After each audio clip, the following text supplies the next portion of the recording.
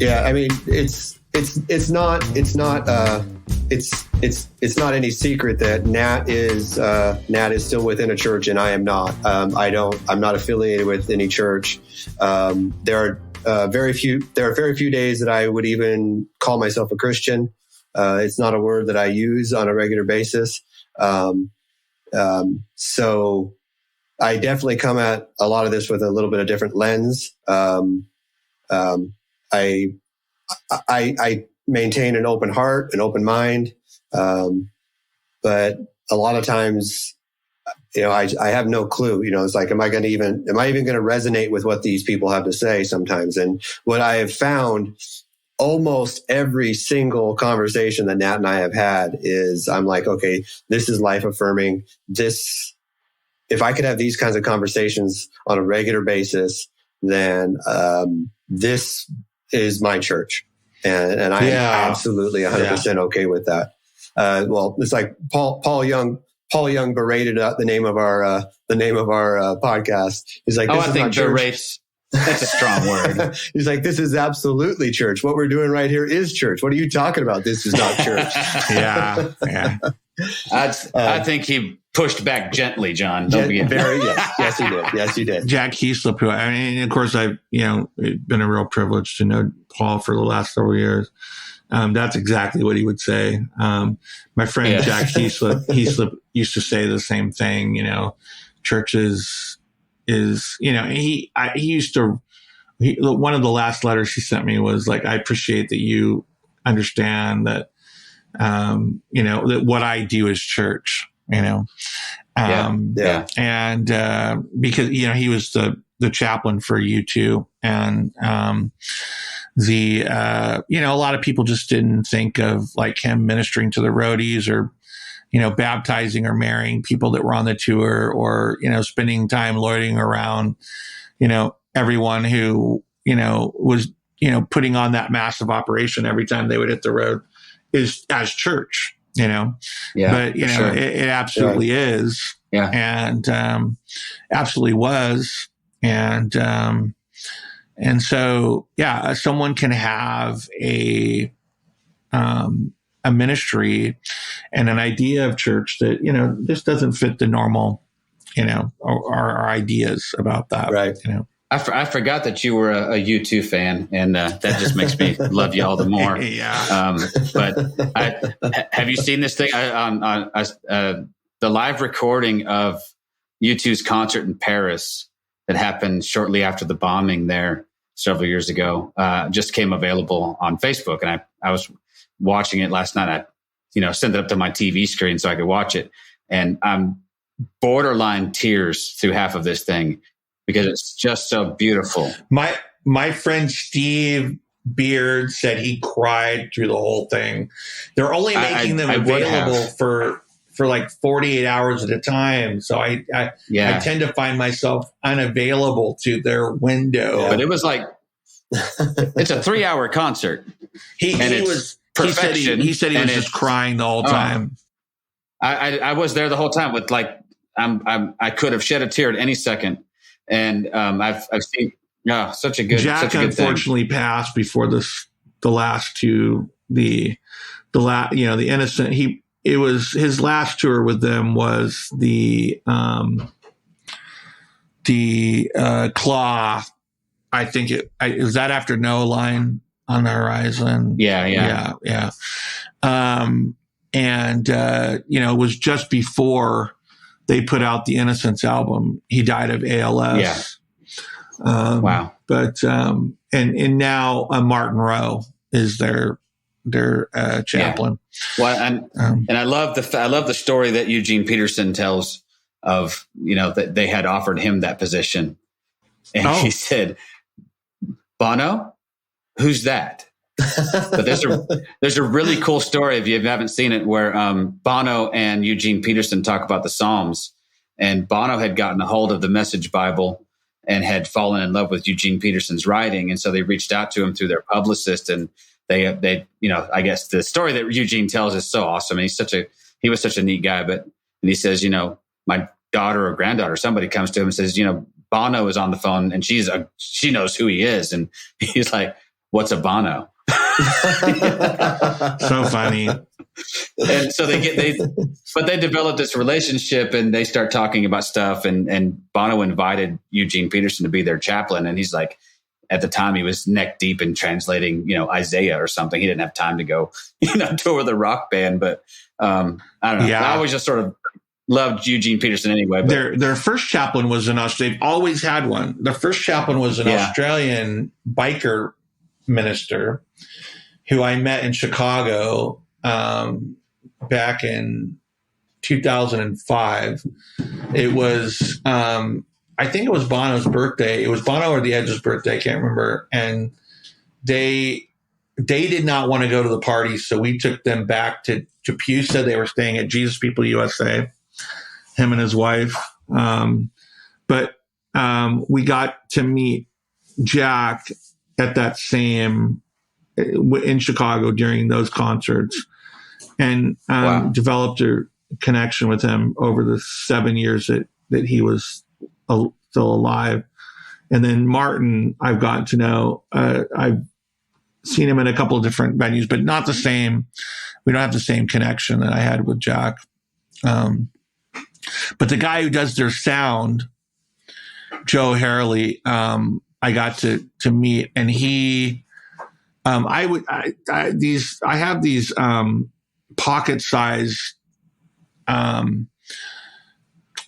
renditions of the Sinai Pantocrator that I hand to people. They're mounted on wood, and I'd given one to Jack the first time we met, and then when they did the No Line tour, I wrote and said, "Hey, let's get together again. You probably don't remember me." And he's like, I don't remember you. I carry this icon with me everywhere I go. And I think about the vulnerability of God in the human flesh of Jesus. And I was like, wow, that's exactly what I was trying to get through. So he not only carries it, but he understands and so we met in New York, and they were there doing some concerts, and we met at Trump Tower of all places. And this was in the summer of 2012, I believe. And I gave him 4 more copies of the icon. And I said, because we never talk, when we were hanging out, we would never talk about the band really. He would talk about the band from time to time, but we're just talking about ministry and different things. And I said, it would be cool if you gave this to the band, but you can give these to whoever you want to, and share this idea and so forth. And he sent an email to me at the end of that tour. I think it was in Pittsburgh. And he said, I think you would like to know, because what they would do and he did 3 tours with them. Just before they go on stage, the last thing they did was they would spend a few moments in contemplation and prayer. He would give them a little devotional, and then they would pray, and they would go on stage. And I don't know if you knew that was what they did, but that's one of the things that their chaplains do. And he said, for Pittsburgh, it's the final night in the United States of this tour. He said, I gave each of them one of those icons that you gave me. And I talked about the vulnerability of God and the human flesh of the Son. And then we prayed. And he said, I just thought you'd like to know that that's what I did. Wow. So, yeah, I like that.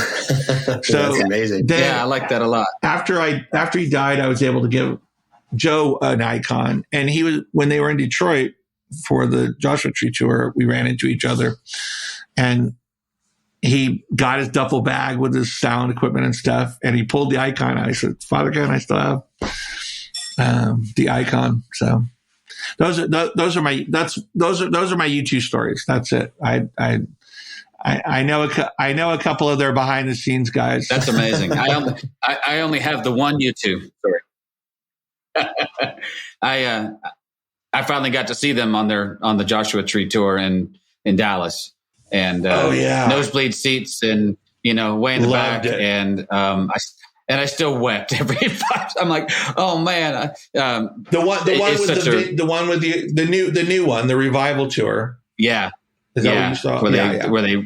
They played Joshua Tree front to back, and then they played, an hour's worth of other stuff, and they had the amazing video streams. Yeah, I love it. It was great. Just ridiculous. But I came to terms at one point with the fact that U2 is the biggest and best Christian band in the world. Bono's no doubt. Bono's grasp of the gospel and grace exceeds so many people I know who fill pulpits on a weekly basis. It's not even funny. And then the example that they set as a band where they love each other very much. And it's evident by the fact that they're still together and they're still close, and that, Bono's married to Allie after all these years. And Jack really attributes it to the wives. Yeah, no, the whole part of that, every part of that thing is just this striking image of what human relationship and true authentic connection can accomplish. Yeah. Even under the strain of, humongous stardom. And so, I admire them a great deal. Someday I'll meet Bono and shake his hand and tell him that he along with a couple of others, rescued my faith, or what was left of it, because I see it lived out authentically in people like him, and really in Father Ken and people like you as well. That gives me hope that it can be done that way. Thank you. Did you see the video with David Taylor that they did? They recorded at Eugene's house up in Montana with Bono. Yeah, that was a lot of fun. And that's what got me thinking about it first was, I love my father very much. So I'll preface this story with, I love my father, but he was given a Eugene Peterson book to read. And I think it was, oh my gosh, A Long Obedience in the Same Direction. Yeah, a lot of people read that. Yeah. So anyway, given that book to read by a friend, and I believe chapter 1 opens with a quote by Nietzsche, and my dad closed the book and threw it down and said, "Well, that's enough of that." Oh, wow. Wow. That. Anybody who quotes Nietzsche can go pound sand, essentially. And I was like, Dad, you missed out on, oh my gosh. I mean, and his disdain for, paraphrases of the Bible anyway. He not a big fan of. But anyway, that was what my introduction was. If he hates it, I'll probably love it. So let me grab this book and see what's up. And Eugene was such a uniquely gifted man, and those videos really give you a chance to see into the heart. Oh yeah, and the genuine humility of this guy who would undertake something massive like, hey, I'm going to, paraphrase and translate the Bible. And just the last 3 years, I've come into contact and connection. Well, with Brian, it goes back a little bit further, and with Brad, it goes a little bit further, but with just a slew of people who knew him and walked with him and worked with him, including his son, Eric, and an Anglican priest in Canada named Dean Penter, and his biographer, Wynn Collier, who's become a very close friend. And through Wynn, just a bunch of other people. And Wynn is now a professor at Western, which is on the other side of the state. And they've started the Eugene Peterson Center for, spirituality and imagination. And we're doing an organizational meeting for that in June. But I never met him. But everyone who did and worked with him have unbelievable stories. I mean, of working with him. I think the most moving is Daniel Grothe, who's one of the pastors at New Life in Colorado, and just how he kind of helped him, become, a mature pastor from a young, pastor with his head full of mush.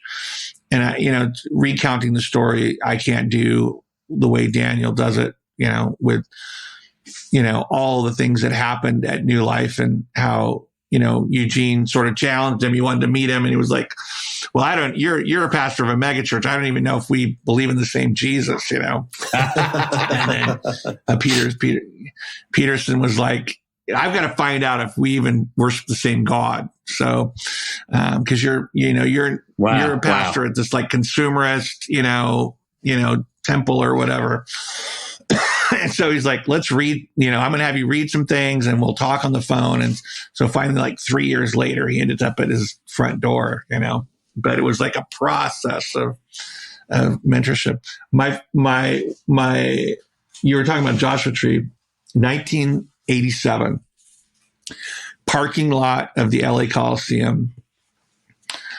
This is November of 87. They are the biggest thing on the planet overnight, right? Cover of Time magazine. They just got done filming the color. I think it was the black and white in Denver, and then they did the color in Vegas for the Rattle and Hum film. But I took my wife to that concert. We pull up in the parking lot of the LA Coliseum, and 10 yards from my Toyota pickup is Bob Seger leaning up against a palm tree in a black leather jacket next to his motorcycle. And because everybody, they sold out 5 nights of the Coliseum, right? And everybody was coming. Everybody in the music industry was coming to see him.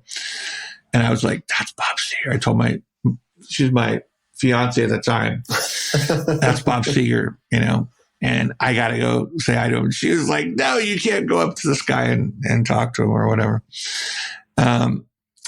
We get into the Coliseum, go down. We've got seats down by the track and sit down. And I look behind me. First of all, Robbie Robertson and his whole crew walks by us on the walking track. And I look behind me, Graham Nash and David Crosby are walking down the steps, and they sat down right in front of us.